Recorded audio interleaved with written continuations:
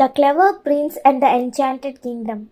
Once upon a time, in the prosperous kingdom of Malvan, there lived a wise and just king named Raja Veerasimha. He had a son, Prince Dhruva, who was known for his intelligence and courage. However, the prince had one flaw. He was impatient and quick to act without thinking. The king, wanting his son to learn patience and wisdom, often advised him a true ruler must not only be brave but also wise in his decisions. One day, a messenger from a distant land arrived at the royal court with alarming news. The neighboring kingdom of Chandrapuri, ruled by King Virendra, had mysteriously turned into a cursed land. Crops had withered, rivers had dried, and the people were fleeing in terror. Strange sounds echoed through the night, and an eerie mist covered the entire region. Hearing this, Prince Dhruva, eager to prove his valor, immediately declared, "Father, I shall go to Chandrapuri and uncover this mystery." The king sighed, knowing his son's impulsive nature, but allowed him to embark on the journey with his loyal horse and a few supplies. Before Dhruva left, the royal priest handed him a golden ring with an emerald gemstone, saying, "This is no ordinary ring. It will glow bright if you are on the right path and dim if you are in danger. Use it wisely." With determination in his heart, Prince Dhruva rode toward Chandrapuri. As he entered Chandrapuri, an eerie silence surrounded him.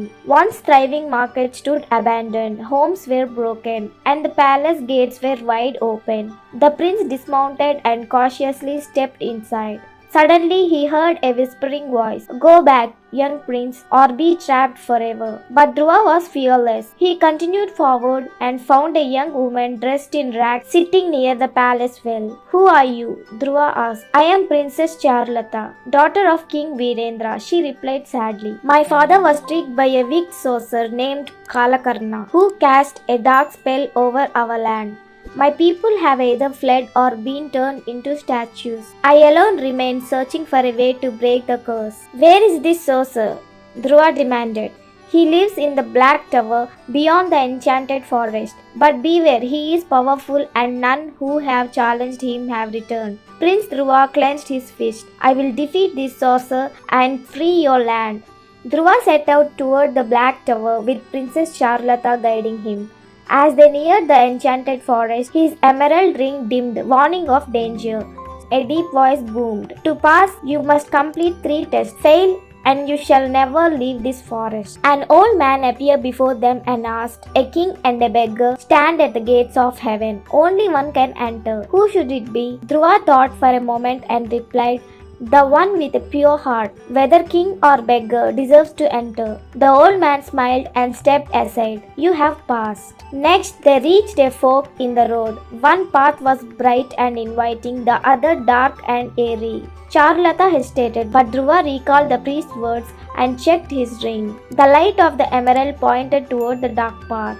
"This is the right way," he declared, leading Charlata through. As they stepped forward, the bright path behind them crumbled into an abyss. They had chosen wisely. At last, they reached a shimmering lake. A voice whispered, "Drink the water and see your true self." Dhruva bent down to drink, and suddenly his reflection changed. It showed him as a proud and reckless warrior failing his people. He realized his flaw. "I must learn to think before I act," he murmured. With this newfound wisdom, the illusions vanished, and a hidden bridge appeared, leading them to the Black Tower. Inside the tower, the wicked sorcerer Kalakarna sat on a throne, his eyes glowing red. "Ah, foolish prince, you think you can defeat me?" He waved his hands, sending dark shadows toward Dhruva. But the prince now understood patience and strategy. Instead of charging forward blindly, he observed the sorcerer's moves.